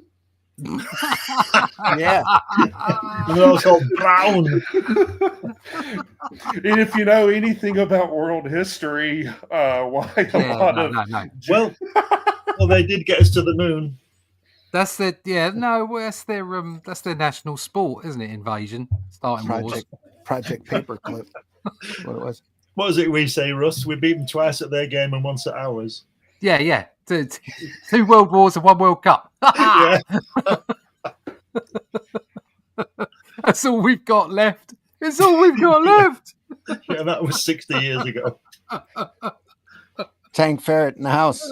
Universal translator, because faking an alien language is a lot of extra work. Does the new TMNT, Jenko. This is a cartoon concept start. Classic. Right on. Genco says. Marv says, I've said it before and I'll say it again. Etymologists were able to translate ancient emojis. So makes sense. Makes sense. Legit. Yeah. Those aren't those ancient emojis aren't as ancient as people want you to believe. Space Germans are a menace. Those evil space Germans. I get genetically empowered every day after I finish work. You got to stop drinking the Mountain Dew, mate. I was going to say, we're not here to start talking about our porn careers. Come on. Oh, we're not? No. Okay. Oh, no. See you, Mitch. I got nothing else. Anyway, there we go. Oh, that's a lovely one. Look at that. It's getting really weird, isn't it, now? It's really good. Yeah. Oh, yeah. Those ghoul type people. The inking here is a little different, too. Yeah, that's what I was thinking. It's instantly a bit like finer. I think it's been evolving. He might be breaking in an apprentice here because some of the line work has been getting softer. I think it's Royer. Yeah, the top panel on that page, those guys in the hoods look very, to me at least, look very Kelly Jones-ish. Yeah, they do. Yeah, a little, yeah. You know, hard shadows here too. The guy with the beard looks like my father-in-law. That's correct. Guy with the beard. God, your dad was Gandalf. Yeah, Not Gandalf, the white. Yeah. Helen's dad, not my dad. That cloud work. It's fantastic. Yeah, we're after the 1 hour and a half mark. We should think about. We'll end at the end of the story here. Yeah, end it here because this is just getting good. Or is it the end of the story? No. Okay, yeah. Here. That's definitely some different inking. Yeah. Yeah. He's still taking full credit for it, though. There's not a mention of anybody else on nice folds on that on the center panel there where he's holding him and then punching him. Really nice folds on that cloak thing. He's still overseeing most of it, but some of it doesn't quite like his. Some of it does, and some of it doesn't. It doesn't quite look like his inking. So who knows? It might be Royer. It might be William Stout in here working with him. Yeah. Even Dave Stevens at this point. Yeah, there's a great documentary on Amazon about Dave Stevens. It's really good. It goes into his career, his marriage to Breek Stevens, and like the making of the Rocketeer movie, all the problems they had with it. Yeah. It's almost looks like Joe Kubert here. Yeah. The coloring's changed. Might be the attitude or the atmosphere they're trying to pervade here too. Yeah. Oh, a lot lighter. That's a good point. Still very nice though. Oh yeah, real sweet stuff. Looking on this, they were able to drop the girl's eyes here back with a little bit of white zip-a-tone. Yeah. Very nice. Yeah. And there's the guy on the bottom was fresh out of the Somme. Yeah. Does that really looks like Joe Kubert here in his inking style. Did Kubrick apprentice for anyone? Oh, Kubert. I don't know why I said Kubrick. Kubert? He was pretty good as well. Yeah. Did he apprentice for anyone? Kubert? No, he just kind of jumped in right at the start of the Golden Age. He was doing Hawkman for Flash Comics back in the 30s, late 30s. Oh, really? Oh, he goes back that far. Oh, yeah. For some reason, I thought he started in like the 60s or something. Well, his style really shifted in the 50s to what we see now. Like we've looked through his Tarzan work before, and it's completely different from his Golden Age Hawkman work. His style really evolved over the years. He streamlined it, made it easier for himself to kick pages out as fast as possible. It's still incredible work. Isn't the colouring on that second panel fantastic with those three heads, the guys? Yeah, that's great. A little bit of graduated tone here too. Yeah. Well, considering the process that was going to happen to print it. Yeah. It really works well. It does. It almost reminds me of the old witch from EC here. Yeah. That's just a great page in general. Look at that. All that action going on.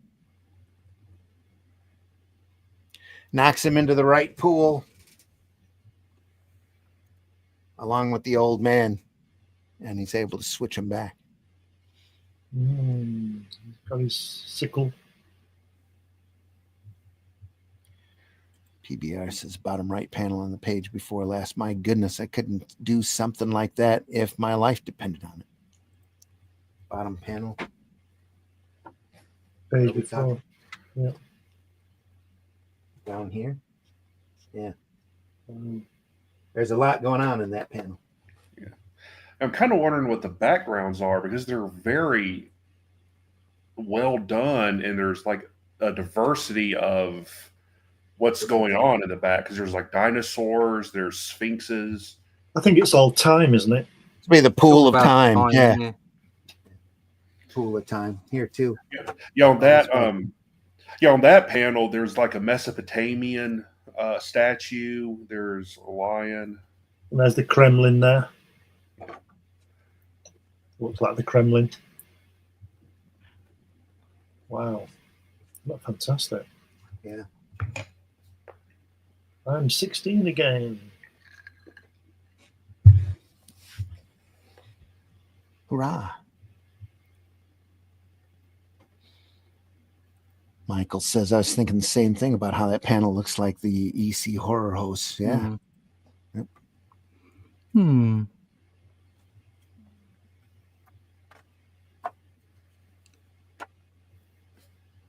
Now we're back. I have to leave it there. Look at that. Look. Time sneaking away. Wow. Yeah. That's... Let him go. He can't harm us now. Let's get the heck out of here. Suddenly there's the elders. Nice hat. From the destroyers of time. Yeah. With the bras on.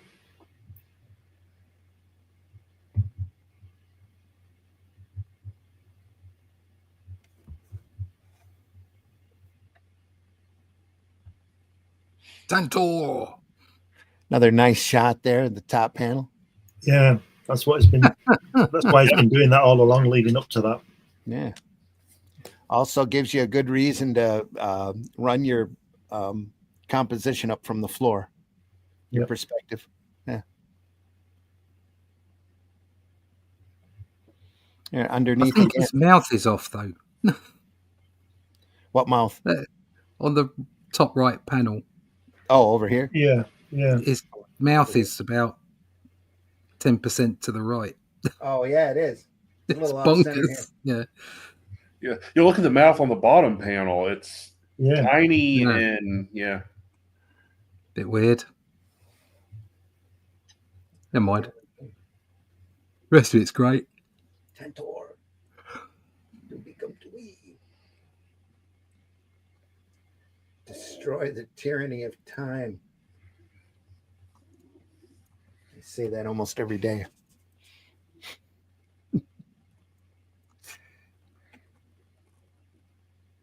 Dank asked, did this series switch from daily to Sunday only?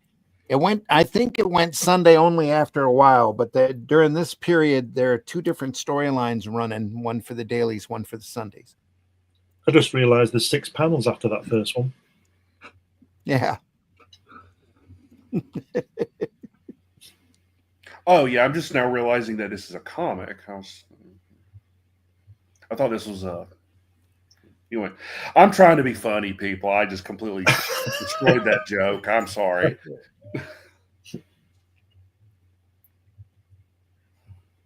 The inking's getting back stronger, though. It might have been somebody learning. Very likely. We ending there. We're ending here pretty quick.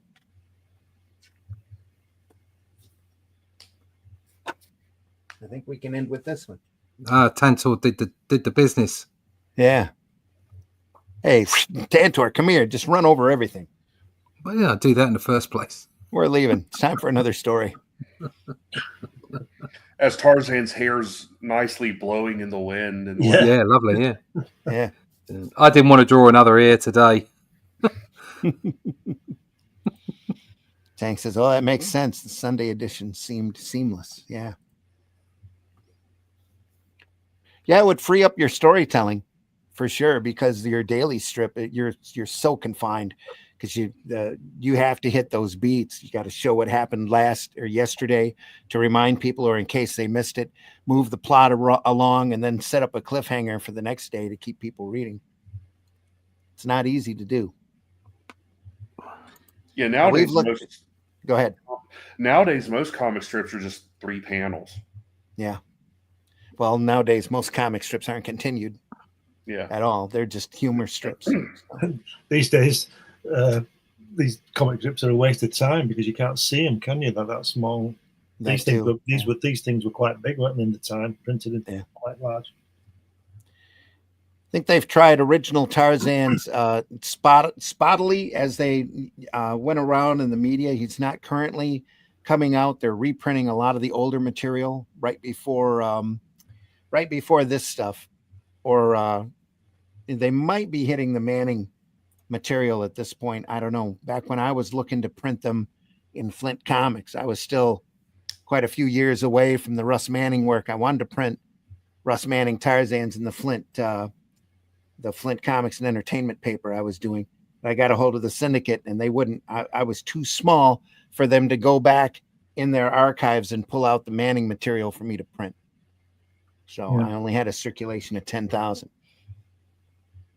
And the syndicate wasn't worth their time to send somebody back in the back files and send me the material for me to print. Wow.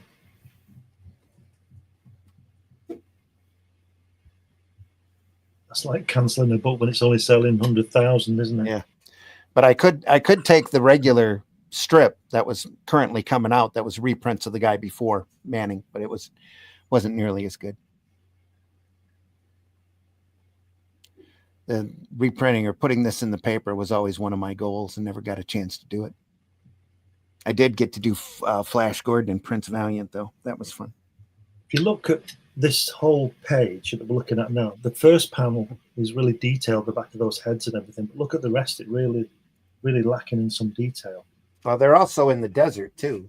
No, I don't mean that. I mean the actual faces and things and the body. So look at the first panel with all the hair and the hands and the backs, and this is all. It's like it's somebody else done it. It's blockier. Well, that's the one that you catch attention. Yeah. You know, that's the header. This one's inconsequential. This just is there in case that you print the strip rectangular instead of up and down, or side to side instead of up and down. So they could cut this panel out. So you've got this is a tier, this is a tier, these two is a tier, and then these last two.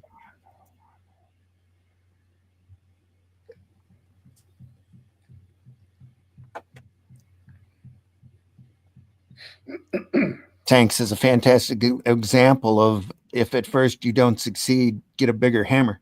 Yeah. Thanks, fellas, for bringing this to us today. Hats off to you. Thanks, PBR, so much for being here and being a part of the show. Appreciate you very much. We're going to end it there. But we'll continue next week, right? I still have another book's worth of material to go through.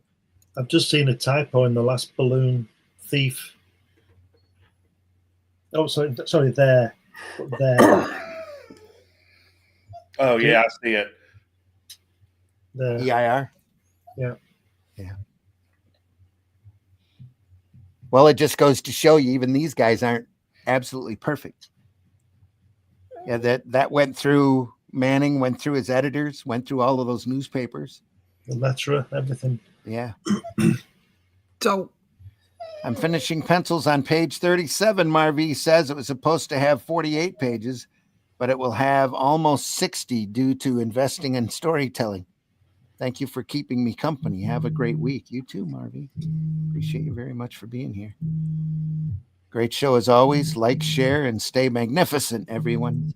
Thank you. Somebody's buzzing out there.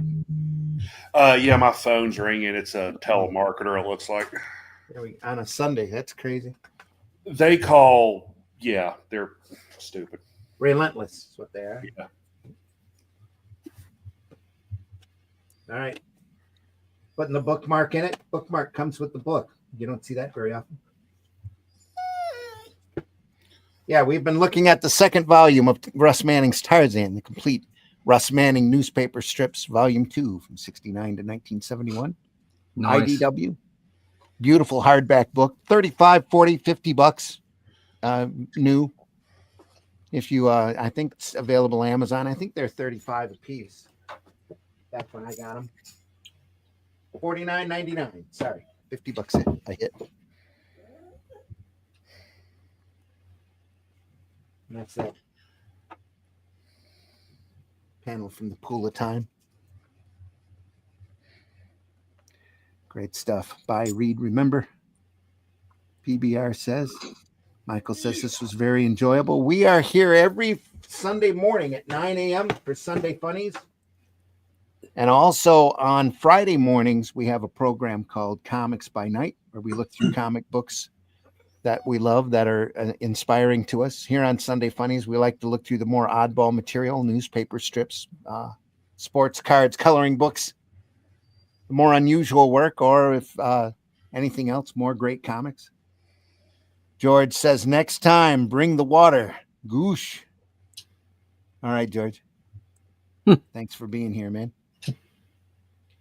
Appreciate you. Appreciate everybody stopping by. And again, we're here twice a week. We are archived over on the Comic Book Black Belt YouTube channel, the Randy Zim YouTube channel, and the Indie Comics Network YouTube channel. Say what? Yes. Yes. Also in various X spots. You can find it over on Facebook whenever I remember to make the program public, which I can't do until after the show is over.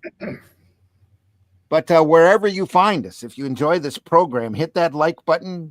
If you can, hit that love button.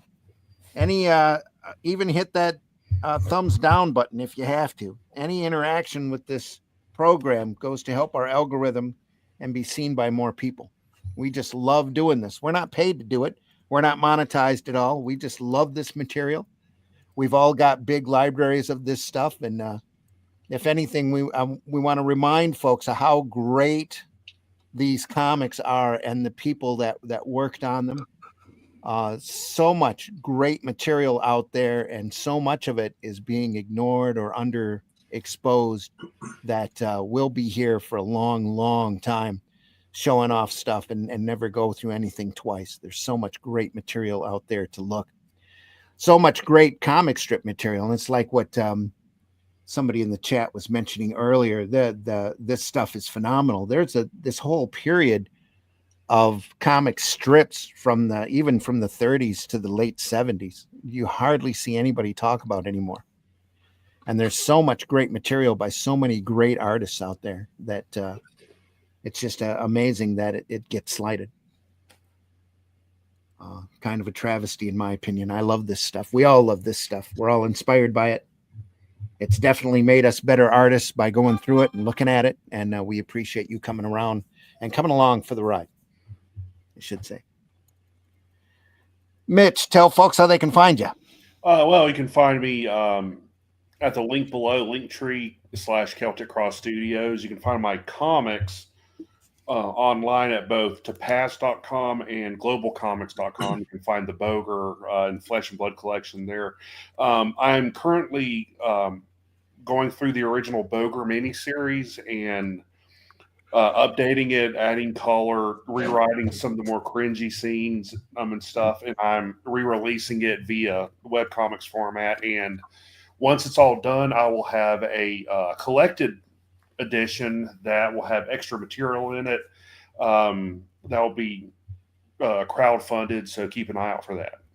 All right, fantastic. Russ, please tell folks how they can find you. Yeah, you can find me at russleach.com. Oh, that's the wrong camera. Jump to the other camera. It does this a lot, you know. There you go. Nice to know I'm not the only one with camera problems. Yeah. Anyway. You can find me over at russleach.com. Sign up for that email list. If you want to find out more about the Atlantean, you can still pick up a copy of the crowd-funded version of the Atlantean. Remember, when you pick up the crowd-funded version, it's the first print. It's slightly different from the general market version. And also you get a free colour print of the front cover. That's what you get from the crowd-funded version. If you still want to pick one of those up, there's still time. The campaign, the in-store part of it will be shut down at the end of this week. But if not, go check out russleach.com and sign up for that email list. Excellent. Glenn, please tell folks how they can find you. You can find me usually on Friday mornings and on Sundays with Randy and guests and Russ and everybody. But if you want to see my work, the best place to go is Amazon. There's 12 books on there, varying subjects, magazines, all kinds of stuff. And you can find me on Fun My Comic. But if you just Google my name, almost everything will be revealed. Almost everything. Almost.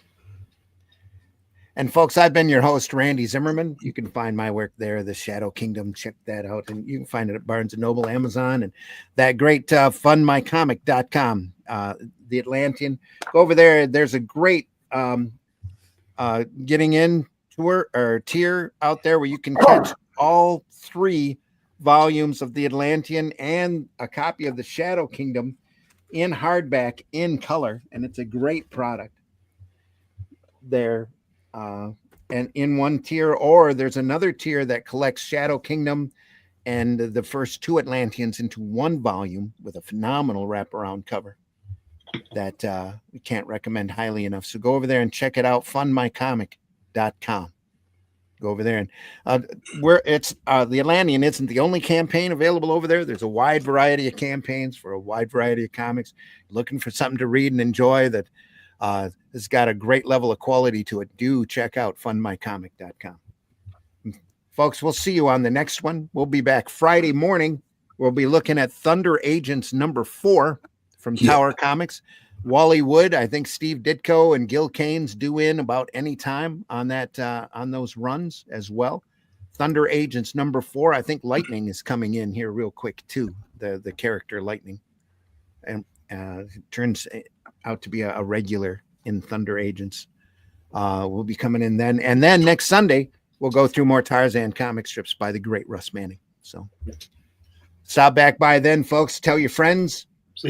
Go buy alternative and independent comics, especially ours. Go check out your local comic shop retailer. Look at those boxes closest to the floor. Those black and white magazines still have some phenomenal work in them that are just fantastic. So do that and help your retailer out as well. You don't have to like those modern comics. Try to be more social on those anti-social platforms, and negativity and drama only goes so far in helping this art form out. You really want to help this art form out. Let folks know the great comics that you're reading, the comics that you're enjoying, and don't be afraid to go back and remind yourself. Go through your collection. That's why you bought them. And remind yourself why comics are so great, because there's so much great stuff out there for you to look at, including ours. So go in there and take a look at those and let us know what you think. Again, we'll see you on the next one. We thanks a lot for hanging on. We want to, I guess we should thank Xfinity for actually keeping the bandwidth up this morning. I'm quite surprised that we've lasted this long. Hope I didn't curse it. Take care, everybody. We'll see you on the next one. See you soon. In the time before Atlantis sank, when the lands of this world were savage and untamed, one man would claim his destiny, seizing his place as a king. After defending his throne and learning the devastating truth of the Serpent Kingdom and its deadly cults, King Kull in his right hand rule the Spear Slayer, make a solemn vow to hunt down and destroy the hidden empire of these serpent demons. These are the tales of those journeys. This is the Atlantean. Tales inspired by the brilliance of Robert E. Howard, featuring his first barbarian characters as introduced in the pages of his classic tale, The Shadow Kingdom. Each volume contains beautifully painted covers and around 50 pages of original black and white art and story, featuring classic sword and sorcery adventures you don't want to miss. Join us on these epic adventures and sign up now for news with the email list at russleach.com. Bring your axe and prepare for battle. The cops are doing their job as long as they don't be mean to people who are actually being innocent. Then I'm all gravy, baby. How can he close me up? On what ground? I'm shocked to find that gambling is going on in here. You're winning, sir. Oh, thank you very much. Everybody out at...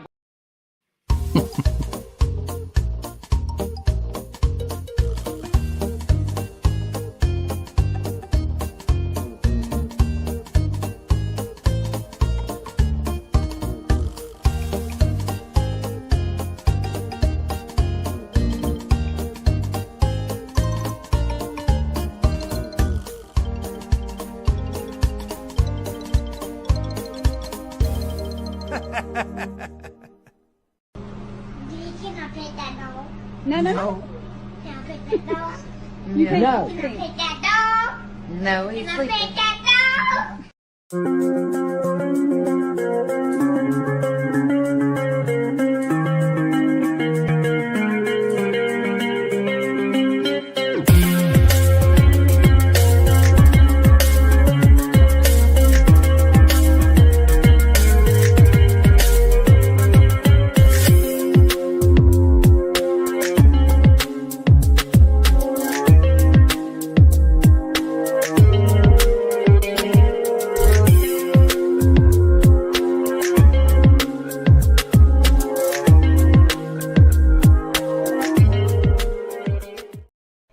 Hi y'all, it's time for Appalachian Word of the Day.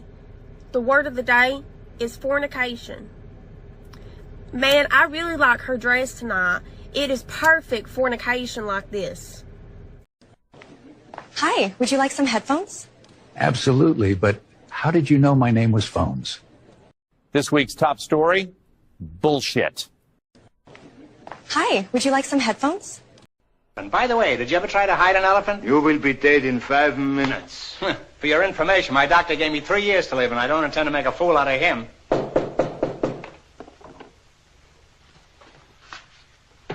Come in.